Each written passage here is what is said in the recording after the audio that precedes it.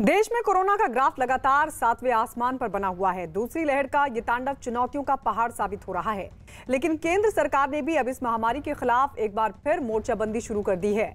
केंद्र सरकार एक एक जान बचाने की खातिर दिन रात एक किए हुए है और पूरा देश प्रधानमंत्री नरेंद्र मोदी की अगुवाई में मुसीबत की इस घड़ी में कोरोना की चेन को तोड़ने की कोशिश में जुटा है।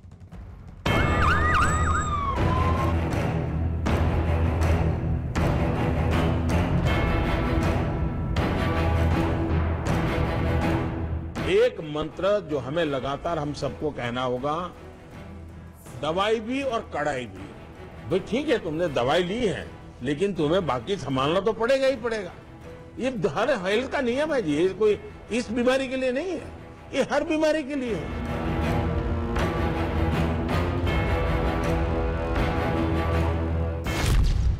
बेकाबू वायरस के खिलाफ सबसे बड़ी जंग।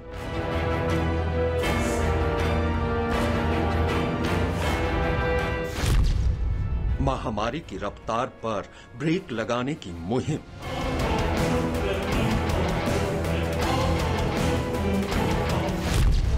कोरोना पर नकेल कसने को एकजुट हुआ तंत्र।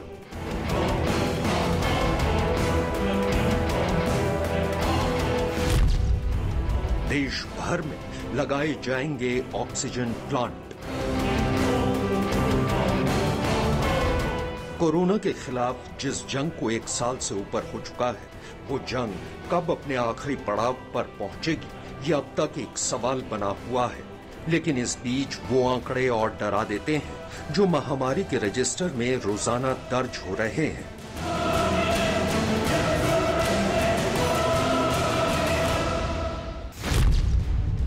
देश में एक दिन में कोरोना के मरीजों की संख्या 3,49,691 दर्ज की गई है।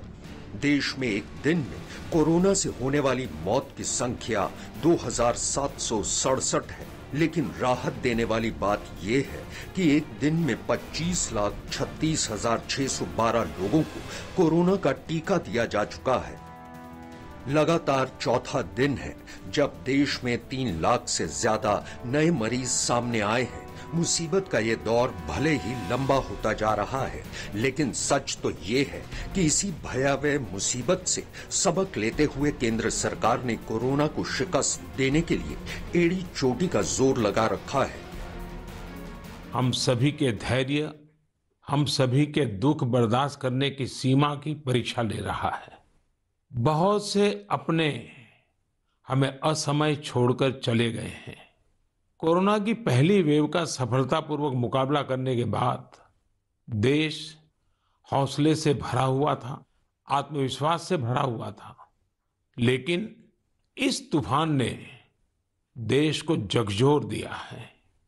साथियों, बीते दिनों इस संकट से निपटने के लिए मेरी अलग अलग सेक्टर्स के एक्सपर्ट्स के साथ, विशेषज्ञों के साथ लंबी चर्चा हुई है।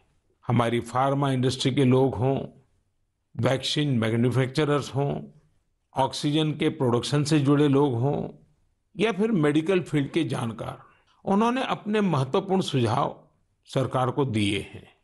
इस समय हमें इस लड़ाई को जीतने के लिए एक्सपर्ट्स और वैज्ञानिक सलाह को प्राथमिकता देनी है। राज्य सरकार के प्रयत्नों को आगे बढ़ाने में भारत सरकार पूरी शक्ति से जुटी हुई है। राज्य सरकारें भी अपना दायित्व निभाने की पूरी कोशिश कर रही हैं। साथियों, कोरोना के खिलाफ इस समय बहुत बड़ी लड़ाई देश के डॉक्टर और हेल्थ वर्कर्स लड़ रहे हैं। पिछले 1 साल में उन्हें इस बीमारी को लेकर हर तरह के अनुभव भी हुए हैं। भारत जैसे घनी आबादी वाले देश में कोरोना के खिलाफ लड़ाई हरगिज आसान नहीं हो सकती। यही वजह है कि दूसरी लहर का सामना करने के लिए पूरा सरकारी अमला एकजुट हो चुका है।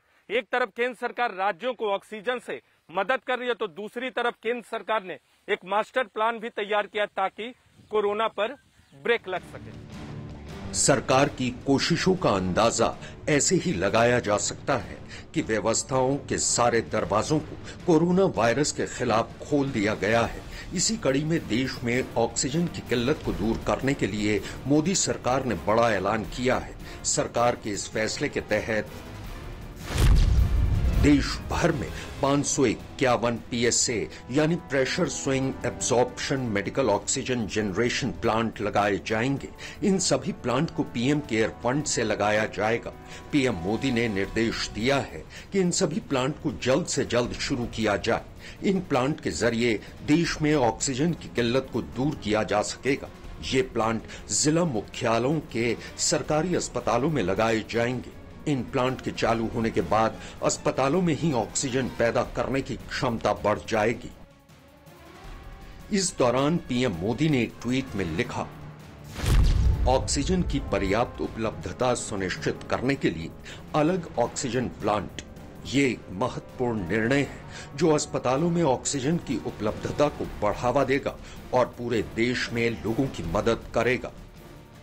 पीएम मोदी के इस फैसले का बीजेपी के राष्ट्रीय अध्यक्ष जेपी नड्डा ने भी स्वागत किया है। उन्होंने ट्वीट करते हुए लिखा, पीएम केयर्स फंड के जरिए देश भर में 551 ऑक्सीजन प्लांट स्थापित करने के लिए राशि देने पर प्रधानमंत्री को बधाई। ये महत्वपूर्ण फैसला है जो जिला मुख्यालय पर ऑक्सीजन की निरंतर आपूर्ति सुनिश्चित करेगा। उधर देश के गृह मंत्री अमित शाह ने भी पीएम मोदी का आभार जताया है। ऑक्सीजन की कमी दूर करने और लोगों की मदद करने के लिए एक बड़ा फैसला। मैं देश भर में पीएम केयर्स से 551 ऑक्सीजन प्लांट लगाने की मंजूरी देने के लिए प्रधानमंत्री नरेंद्र मोदी का धन्यवाद करता हूं। दरअसल देश में महामारी का ये ऐसा समय है जब तमाम राज्यों में ऑक्सीजन से लेकर वैक्सीन तक की भारी किल्लत देखी जा रही है। लेकिन सच तो ये है कि सरकार ने इन तमाम कमियों को दूर करने के लिए हर स्तर पर अपनी कोशिशों को अंजाम देना शुरू कर दिया है। शनिवार को आयोजित एक बैठक में सरकार ने वैक्सीन और ऑक्सीजन की सप्लाई पर बड़ा कदम उठाया है। सरकार के इस कदम के तहत अब ऑक्सीजन और उससे संबंधित उपकरणों से बेसिक कस्टम ड्यूटी और हेल्थ सेस पर छूट देने का फैसला लिया गया है। यह फैसला इसलिए लिया गया है क्योंकि देश भर में इस वक्त ऑक्सीजन और उससे जुड़े उपकरणों की बहुत ज्यादा जरूरत है। इतना ही नहीं, कोरोना वायरस की वैक्सीन के आयात पर बेसिक सीमा शुल्क पर भी 3 महीने के लिए छूट देने का फैसला लिया गया है। केंद्र सरकार के इस मास्टर स्ट्रोक से न सिर्फ ऑक्सीजन की आपूर्ति को पूरा किया जा सकेगा बल्कि वैक्सीन भी आसानी से मुहैया हो सकेगी। इतना ही नहीं, ऑक्सीजन की कमी को दूर करने के लिए भारतीय वायुसेना के ट्रांसपोर्टर विमान और हेलीकॉप्टर लगातार उड़ान भर रहे हैं। समय की बचत के लिए हवाई मार्ग से ऑक्सीजन के खाली कंटेनरों को एक जगह से दूसरी जगह ले जाया जा रहा है। भारतीय वायुसेना का C-17 विमान मिशन ऑक्सीजन में जुटा हुआ है। सिंगापुर से 4 क्रायोजेनिक ऑक्सीजन टैंक के कंटेनरों को लाने की बात हो या महामारी से निपटने वाली जरूरी दवाओं को लाने की, भारतीय वायुसेना दोगुनी ताकत से देश की मदद करने में जुटी हुई है। इतना ही नहीं, ऑक्सीजन की सप्लाई के लिए पीएम मोदी के निर्देशों पर उद्योग जगत भी मदद के लिए एकजुट होकर आगे आ गया है। इस बार कोरोना संकट में देश के अनेक हिस्से में ऑक्सीजन की डिमांड बहुत ज्यादा बढ़ी है।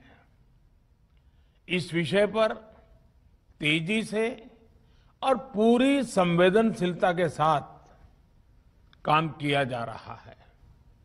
केंद्र सरकार, राज्य सरकारें, प्राइवेट सेक्टर सभी की पूरी कोशिश है कि हर जरूरतमंद को ऑक्सीजन मिले। ऑक्सीजन प्रोडक्शन और सप्लाई को बढ़ाने के लिए भी कई स्तरों पर उपाय किए जा रहे हैं। राज्यों में नए ऑक्सीजन प्लांट्स हो, 1 लाख नए सिलेंडर पहुंचाने हो, औद्योगिक इकाइयों में इस्तेमाल हो रही ऑक्सीजन का मेडिकल इस्तेमाल हो, ऑक्सीजन रेल हो, हर प्रयास किया जा रहा है। कोरोना काल की ये मुश्किलें भले ही पहाड़ सी हो चुकी हैं, लेकिन सरकार की एकजुट कोशिशें इस पहाड़ को भी ढहा सकती हैं और इसी कोशिश को अंजाम तक पहुंचाने के लिए सरकार दिन रात जुटी है। ये घड़ी ही ऐसी है कि हर तरफ मुसीबतों का अंबार दिखाई दे रहा है, लेकिन एक सच ये भी है कि ऐसी मुसीबतें पूरे तंत्र को सबक देती हैं। यही वजह है कि केंद्र सरकार अपने पिछले अनुभवों से सीखते हुए इस बार बेहद तेजी के साथ लोगों तक हर स्तर पर मदद पहुंचाने में जुटी है। फिर चाहे बात ऑक्सीजन की हो, जीवन रक्षक दवाओं की हो या फिर वैक्सीन की, एकजुटता के मंत्र के साथ महामारी के खिलाफ जंग छेड़ी जा चुकी है।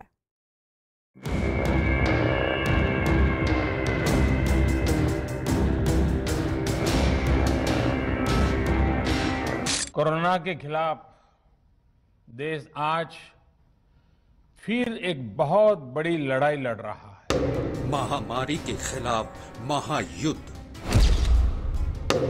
कोरोना काल में एकजुटता का मंत्र,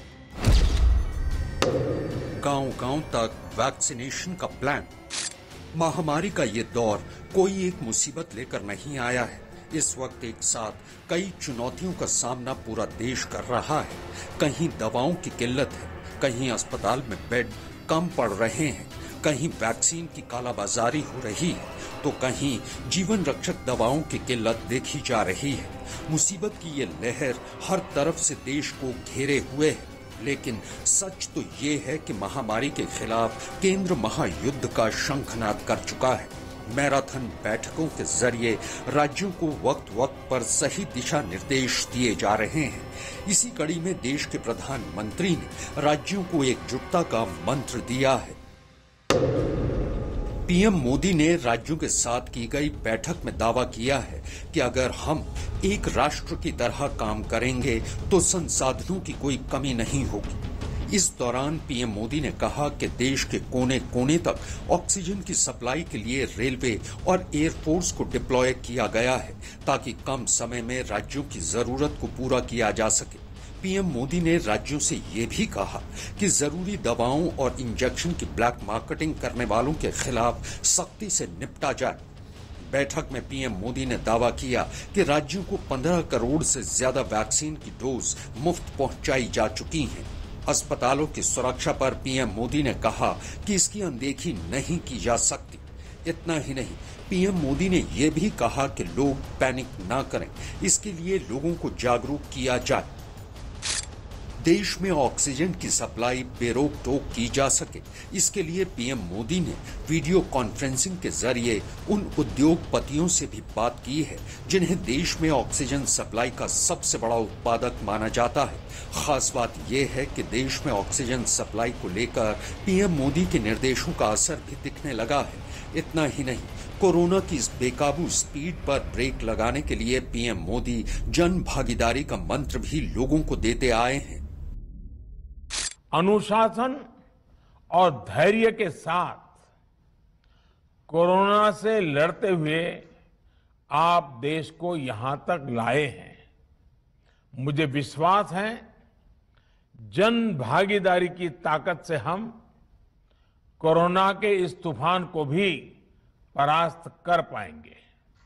आज हम अपने चारों ओर देख रहे हैं कि कैसे कई लोग, कई सामाजिक संस्थाएं जरूरतमंदों तक मदद पहुंचाने में दिन रात जुटे हैं। दवाई पहुंचाना हो, खाने या रहने की व्यवस्था करनी हो, लोग पूरे मनोयोग के साथ काम कर रहे हैं। मैं इन सभी के सेवा भाव को आदरपूर्वक नमन करता हूं। कोरोना के खिलाफ लड़ाई को ना तो कोई सरकार अकेले लड़ सकती है और ना ही कोई सिस्टम इससे अकेले जीत सकता है। इसीलिए प्रधानमंत्री नरेंद्र मोदी बार बार जन भागीदारी का संदेश दे रहे हैं, क्योंकि लोगों के एकजुट प्रयास से ही कोरोना के चेन को तोड़ा जा सकता है। महामारी की ये दूसरी लहर पहले से न सिर्फ कई गुना तेज बल्कि नई चुनौतियों के साथ ये लहर लोगों पर अपना शिकंजा कस रही है। जिसका सीधा असर न सिर्फ लोगों के स्वास्थ्य पर हो रहा है बल्कि देश की अर्थव्यवस्था पर भी खतरा मंडरा रहा है। लिहाजा इस बार केंद्र सरकार ने लोगों को ये संदेश भी दिया कि बिना लॉकडाउन के कैसे कोरोना के खिलाफ लड़ा जा सकता है। हालांकि उन्होंने लॉकडाउन को राज्य सरकारों का आखिरी विकल्प जरूर करार दिया। आज की स्थिति में हमें देश को लॉकडाउन से बचाना है।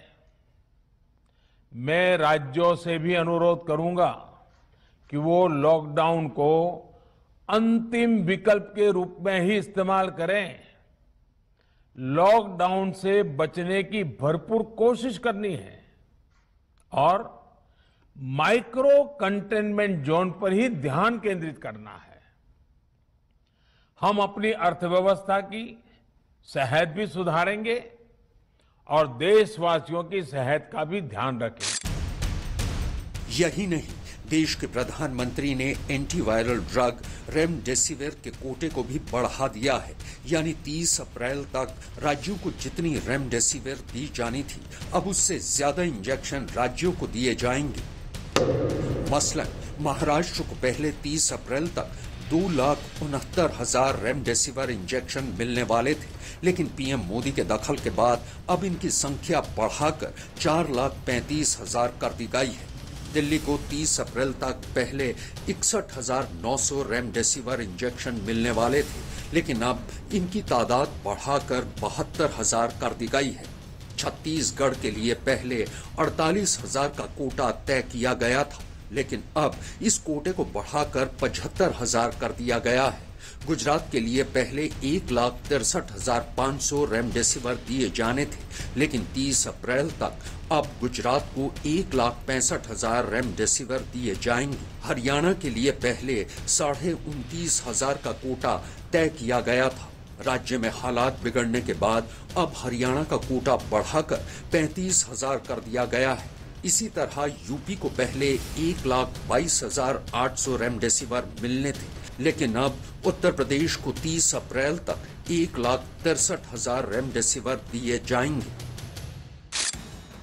दरअसल रेमडेसिविर कोरोना काल में एक रामबाण एंटीवायरल ड्रग मानी जा रही है। ये न सिर्फ कोरोना के प्रभाव को कम करती है, बल्कि मरीजों को जल्द से जल्द ठीक होने में भी मदद करती है। यही वजह है कि महाराष्ट्र के सीएम उद्धव ठाकरे भी पीएम मोदी का शुक्रिया अदा कर चुके हैं। उधर देश के वैक्सीनेशन प्रोग्राम को रफ्तार देने के लिए भी केंद्र सरकार ने एड़ी चोटी का जोर लगा दिया है। राष्ट्रीय पंचायत दिवस पर पीएम मोदी ने लोगों से गांव-गांव तक वैक्सीन पहुंचाने की अपील की है। हमें सारी सावधानियों का पालन भी करना है और ये भी सुनिश्चित करना है कि गांव के हर एक व्यक्ति को वैक्सीन की दोनों डोज भी लगें। भारत सरकार अभी 45 आयु के ऊपर के हर व्यक्ति का मुफ्त टीकाकरण कर रही है। हिंदुस्तान के हर राज्य में कर रही है। अब 1 मई से 18 साल की उम्र से ऊपर के लोगों को टीका लगाने की प्रक्रिया शुरू होने वाली है। आप सभी साथियों के सहयोग से ही ये टीकाकरण अभियान सफल होगा। कोरोना काल के इस मुसीबत भरे वक्त में सबसे ज्यादा चुनौती गरीब तबके के सामने आई है, लेकिन इस बार भी पीएम मोदी ने गरीबों और जरूरतमंदों तक हर मदद पहुंचाने का भरोसा दिया है। सच तो ये है कि केंद्र सरकार की इस गरीब कल्याण योजना का लाभ देश के 80 करोड़ लोगों को मिलेगा। इस मुश्किल समय में कोई भी परिवार भूखा न सोए, गरीब से गरीब का भी चूल्हा न जले, ये भी हमारी जिम्मेदारी है। कल ही भारत सरकार ने प्रधानमंत्री गरीब कल्याण योजना के तहत मुफ्त राशन देने की योजना को फिर से आगे बढ़ाया है। मई और जून के महीने में देश के हर गरीब को मुफ्त राशन मिलेगा। इसका लाभ 80 करोड़ से ज्यादा देशवासियों को होगा। इस पर केंद्र सरकार 26,000 करोड़ रुपए से अधिक खर्च करेगी। साथियों, ये राशन गरीबों का है, देश का है। अन्न का हर दाना उस परिवार तक पहुंचे, तेजी से पहुंचे, समय पर पहुंचे, जिसको इसकी जरूरत है, ये सुनिश्चित करना भी हम सबका काम है। और मुझे विश्वास है कि राज्य सरकारें और पंचायत के हमारे साथी बखूबी इसको भी निभाएंगे। कोरोना काल की इस दूसरी लहर का ये समर कब थमेगा, ये कोई नहीं जानता, लेकिन इतना तय है कि सरकार के प्रयास और एकजुटता का मंत्र इस वायरस पर नकेल जरूर कस सकता है। कोरोना वायरस के खिलाफ जारी जंग का सबसे बड़ा सच ये है कि इसे फैलने से रोकने के लिए इसकी चेन को तोड़ना बेहद जरूरी है। लिहाजा केंद्र सरकार के साथ साथ देश के सभी राज्यों की सरकारें हर वो जरूरी कदम उठा रही हैं जिससे कोरोना की दूसरी वेव की रफ्तार पर ब्रेक लगाई जा सके। लिहाजा इस वक्त देश में कहीं वीकेंड कर्फ्यू है तो कहीं कंप्लीट लॉकडाउन लगा हुआ है ताकि कोरोना को हराया जा सके।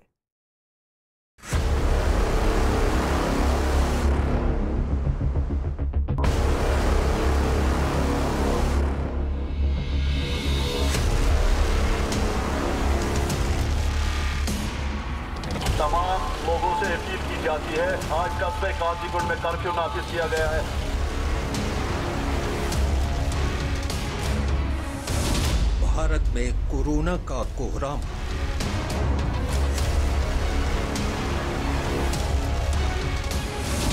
वायरस ने थामी जिंदगी की रफ्तार।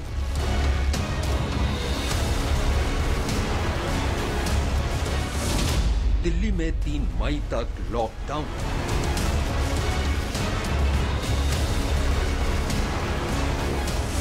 पूरे देश में लगा वीकेंड कर्फ्यू।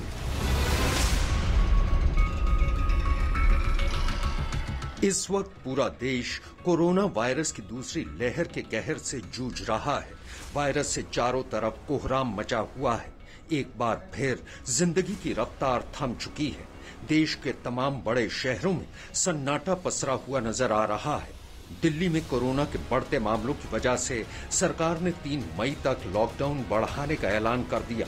मुंबई में तो 30 अप्रैल तक पहले से ही लॉकडाउन लगा है।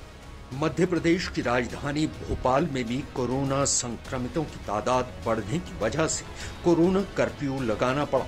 उत्तर प्रदेश की राजधानी लखनऊ में भी वायरस की वजह से सरकार को वीकेंड कर्फ्यू लगाना पड़ा। केरल के कोच्चि में भी वीकेंड कर्फ्यू लगा है। यहाँ पुलिस उन होटल वालों के खिलाफ कार्रवाई करती दिखी जिन्होंने लॉकडाउन के दौरान नियमों को तोड़ा। तमिलनाडु की राजधानी चेन्नई में भी कोरोना के बढ़ते मामलों की वजह से सरकार को संडे कर्फ्यू लगाना पड़ा।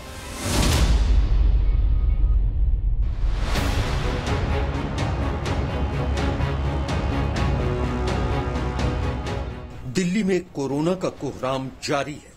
इस बार देश की राजधानी में भी तेजी से कोरोना संक्रमितों की तादाद बढ़ी है। सरकार की तमाम कोशिशों के बावजूद कोरोना की रफ्तार पर ब्रेक नहीं लग पा रहा था। लिहाजा रविवार को मुख्यमंत्री अरविंद केजरीवाल ने दिल्ली में 3 मई तक लॉकडाउन बढ़ाने का ऐलान किया।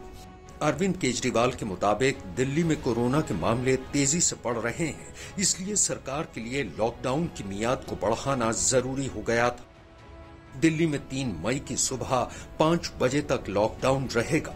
दिल्ली में बीते 24 घंटे में कोरोना के 24,103 नए मामले सामने आए और वायरस की वजह से 357 लोगों की मौत हुई। फिलहाल दिल्ली में कोरोना के 93,080 एक्टिव केस हैं। कोरोना का कहर जारी है और कोरोना कम नहीं हो रहा, तो इसीलिए उसके मद्देनज़र कई लोगों के भी, जनता के बीच में भी जब हम लोगों ने बात करने की कोशिश की, सबका मत यही है कि लॉकडाउन को भी और बढ़ाना चाहिए। तो लॉकडाउन को दिल्ली के अंदर 1 हफ्ते के लिए और बढ़ाया जा रहा है, अगले सोमवार को सुबह 5 बजे तक के लिए। मध्य प्रदेश की राजधानी भोपाल में भी कोरोना संक्रमितों की तादाद बढ़ने की वजह से 3 मई सुबह 6 बजे तक कोरोना कर्फ्यू लगाना पड़ा। आलम यह है कि भोपाल के हबीबगंज रेलवे स्टेशन पर प्लेटफॉर्म नंबर 6 पर कोविड मरीजों के लिए आइसोलेशन स्पेशल एक्सप्रेस तैयार की गई, यानी रेलवे स्टेशन की पटरियों पर एक रेल कोच में 320 पलंग का अस्पताल बनाया गया है। इस रेलवे प्लेटफॉर्म पर पीपीई किट पहनकर जीवन रक्षक दल भी तैनात किए गए हैं। प्लेटफॉर्म नंबर 6 पर कोरोना संक्रमितों के लिए बने इस अस्पताल में ऑक्सीजन बेड भी उपलब्ध है।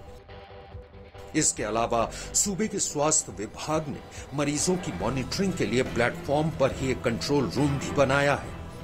मध्य प्रदेश में पिछले 24 घंटों में 12,918 कोरोना के नए मामले, 104 मौत और 11,091 रिकवरी दर्ज की गई।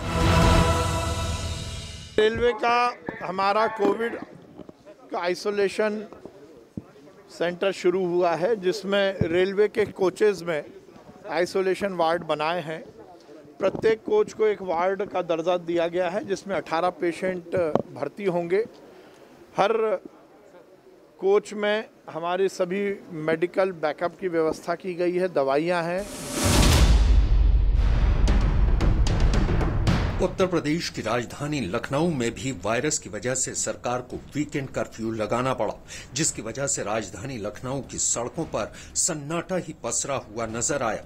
देश में कोरोना की दूसरी वेव में उत्तर प्रदेश में भी संक्रमण के मामले तेजी से बढ़े हैं और वायरस की रफ्तार को रोकने के लिए प्रदेश सरकार ने कई कदम उठाए हैं। मुख्यमंत्री योगी आदित्यनाथ ने आदेश दिया है कि राज्य का कोई भी अस्पताल किसी भी कोरोना संक्रमित को वापस नहीं करेगा और अगर सरकारी अस्पताल में बेड नहीं है तो निजी अस्पताल में मरीज को भेजा जाएगा, जिसके इलाज का पूरा खर्च राज्य सरकार उठाएगी।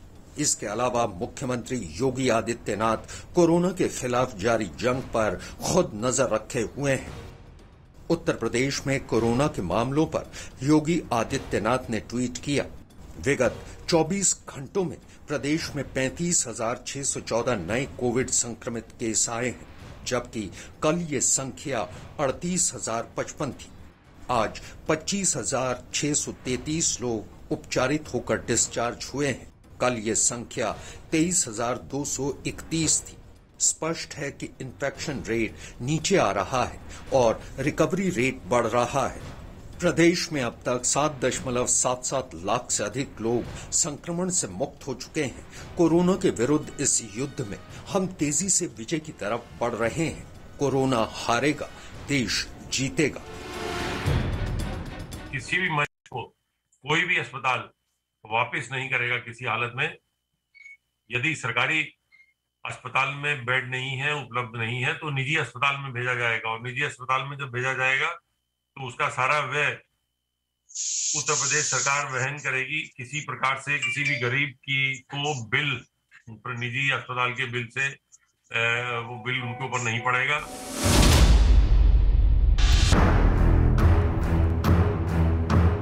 महाराष्ट्र में कोरोना ने पिछले साल से ही कोहराम मचा रखा है और इस बार भी महाराष्ट्र कोरोना की दूसरी वेव से जूझ रहा है। लिहाजा सूबे की सरकार को कोरोना की रफ्तार पर ब्रेक लगाने के लिए लॉकडाउन का ऐलान करना पड़ा था। इसके अलावा सरकार ने एक अहम फैसला लेते हुए ये ऐलान भी किया है कि वैक्सीनेशन के तीसरे फेज में सभी लोगों को वैक्सीन फ्री में लगाई जाएगी। इतना ही नहीं, 18 साल से ऊपर वालों को भी वैक्सीन फ्री में लगाई जाएगी। लेकिन महाराष्ट्र सरकार के मुताबिक राज्य वैक्सीन की कमी की किल्लत से भी जूझ रहा है। बीएमसी के मुताबिक मुंबई के 73 वैक्सीनेशन सेंटर में से आज सिर्फ 37 ही खुले थे। रविवार का दिन होने की वजह से मुंबई के वैक्सीनेशन सेंटरों पर आज वैक्सीन लगवाने के लिए सुबह से ही बड़ी संख्या में भीड़ जुटने लगी थी। मुंबई के सबसे बड़े बीकेसी कोविड वैक्सीनेशन सेंटर पर इकट्ठा हुए लोगों को बैरंग वापस लौटना पड़ा, क्योंकि वहां पर बीएमसी की तरफ से वैक्सीन के आउट ऑफ स्टॉक होने का बोर्ड लगा दिया गया। स्टॉक कम होने की वजह से सिर्फ दूसरा डोज लेने वालों को ही वैक्सीन लगाई गई। महाराष्ट्र में पिछले 24 घंटों में 67,160 नए मामले सामने आए तो 63,818 लोग ठीक हुए और 676 मौत दर्ज की गई। देश भर में कोरोना के खिलाफ जंग जारी है, लिहाजा कोरोना की चेन को तोड़ने के लिए देश के ज्यादातर राज्यों ने या तो नाइट कर्फ्यू लगाया हुआ है या फिर वीकेंड लॉकडाउन के अलावा कंप्लीट लॉकडाउन लगाया है। चुनौती बड़ी है और कोरोना से ये जंग कब खत्म होगी ये तो कोई नहीं जानता। हाँ, इतना जरूर है कि अगर पूरा देश कोरोना प्रोटोकॉल का पालन करे तो इस वायरस को आसानी से हराया जा सकता है।